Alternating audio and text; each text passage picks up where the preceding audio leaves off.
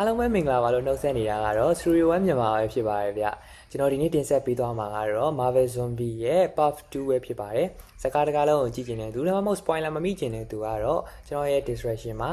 Telegram link လေးကိုပေးထားပါတယ်အဲ့ဒီကသွားပြီးတော့ကြည့်ရှုလို့ရပါတယ်ဒါဆိုရင်တော့ intro လေးပြီးလို့ရှိရင်စကားလေးကိုစလိုက်ကြရအောင်ပါ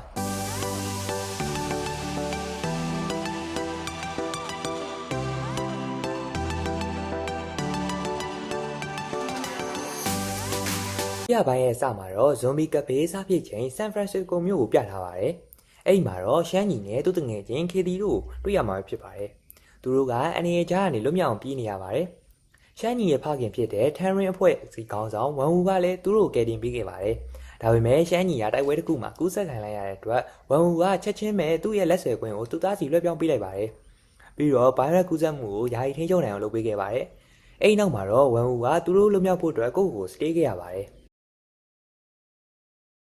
ခမလာခံဦးဆောင်တဲ့အဖွဲ့နဲ့ရှမ်းညီဦးဆောင်တဲ့အဖွဲ့တို့ဟာဇီမိုခိုအောင်ရ Rift လို့ခေါ်တဲ့ပင်လယ်လေကလုံခြုံရေးစစ်မြင့်ထောင်အောင်ရောက်ရှိခဲ့ပါတယ်။ဇီမိုဟာစူပါဟီးရိုးတွေကိုမုန်းတီးပေမဲ့အသက်ရှင်ကျန်ရည်သူတွေကိုသူ့ခံတပ်ထဲမှာလက်ခံနေပေးခဲ့ပါတယ်။လဲလှယ်နေနဲ့အသက်ရှင်သူတွေရဲ့ပစ္စည်းတွေအစားအစာ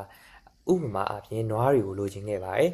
။တကယ်တော့ Nova Cross ကိုဆက်သွယ်ဖို့အတွက် New York ကိုအာကာသယာဉ်ယူဖို့သွားတာပဲဖြစ်ပါတယ်။ဒါကိုလည်းဇီမိုကသိသွားခဲ့ပါတယ်။ယလီနာနဲ့ Red Guardian တို့လည်းဒီအဖွဲ့ထဲမှာပါဝင်လာပါတယ်။ပင်လယ်အောက်ကိုဆင်းနိုင်တဲ့ရင်ခုတ်သင်္ဘောကြီးကိုအသုံးပြုက New York ကိုခီးဆက်ဖို့ပြင်ဆင်ကြပါတယ်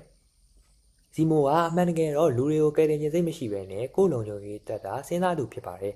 ။ New York ကိုမတွားခင်လမ်းမှာဇီမိုကသင်္ဘောကိုရုတ်တရက်ရပ်တန့်စေခဲ့ပါတယ်။ပြီးတော့အဖွဲ့သားတွေကိုပင်လယ်ထဲကိုပြစ်ချဖို့စီစဉ်ခဲ့ပါတယ်။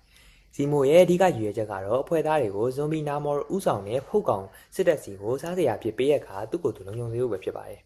။ဇီမိုရဲ့လေစားမှုကြောင့်နာမာရဲ့တိုက်ခိုက်မှုကိုခံခဲ့ရပြီးတော့ဇီမိုရဲ့လူရောဂျွန်ဝါကာပါဝင်အသက်ရှင်သူများပြတည်ဆုံးခဲ့ရပါတယ်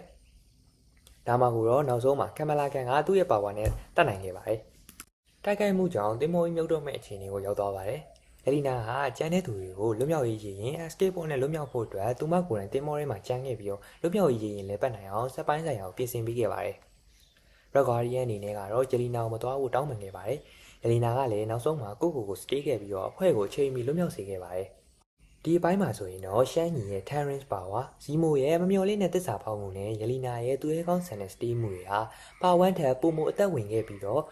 ပါ3ကိုဆွဲခေါ်သွားရင်းနဲ့ပါ2တော့ဒီမှာပဲရနာထားပါတယ်။